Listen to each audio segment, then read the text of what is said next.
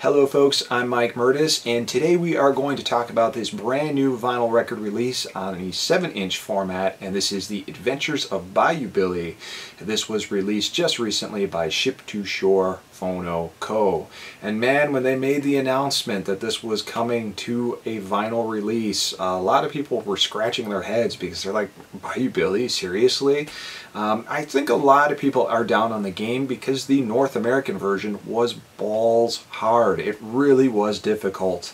I remember maybe getting past the first driving sequence in the NES version of the game, and that was it. And that was a game that I've owned for years. The version to really play that's balanced, has multiple endings as well as other additional features is Mad City, which is the Famicom version of the game. If you haven't played that and your only basis for this game is the North American release, I highly recommend you check out the Famicom version because it's just so much more fun to play, seriously. But you know, in the end, it really doesn't matter if you played the North American version or the Japanese version. I think we can all agree that this game had some really great tracks that you could listen to while you played the game. And I believe this actually had a sound test in it as well. I'm not sure if that was easily accessible or if you had to enter a code to put it in. But the gun stage had some great music to it. The 3D highway had some great music to it, as well as the ending theme was very, very well composed and sounded great on the NES and Famicom sound chip. Now this is just a 7-inch release. This is a part of a series that Ship to Shore is doing. I believe their next release is Kid Dracula. I don't remember offhand if that is the Game Boy version or the NES version.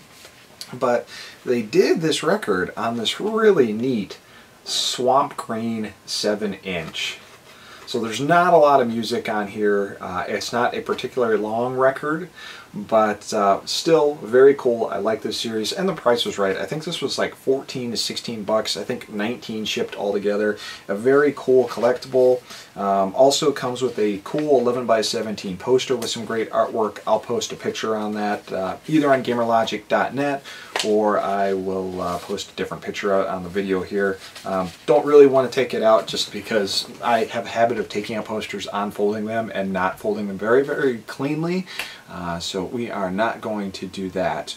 But do I recommend this? If you're already collecting video game soundtracks on vinyl, then chances are you probably already have this, but if you somehow missed it, this is a very cool piece of Konami history that really has just gotten buried by gamers and Konami in general, because really this was the only release of this game. It really wasn't much of a series for them, unfortunately.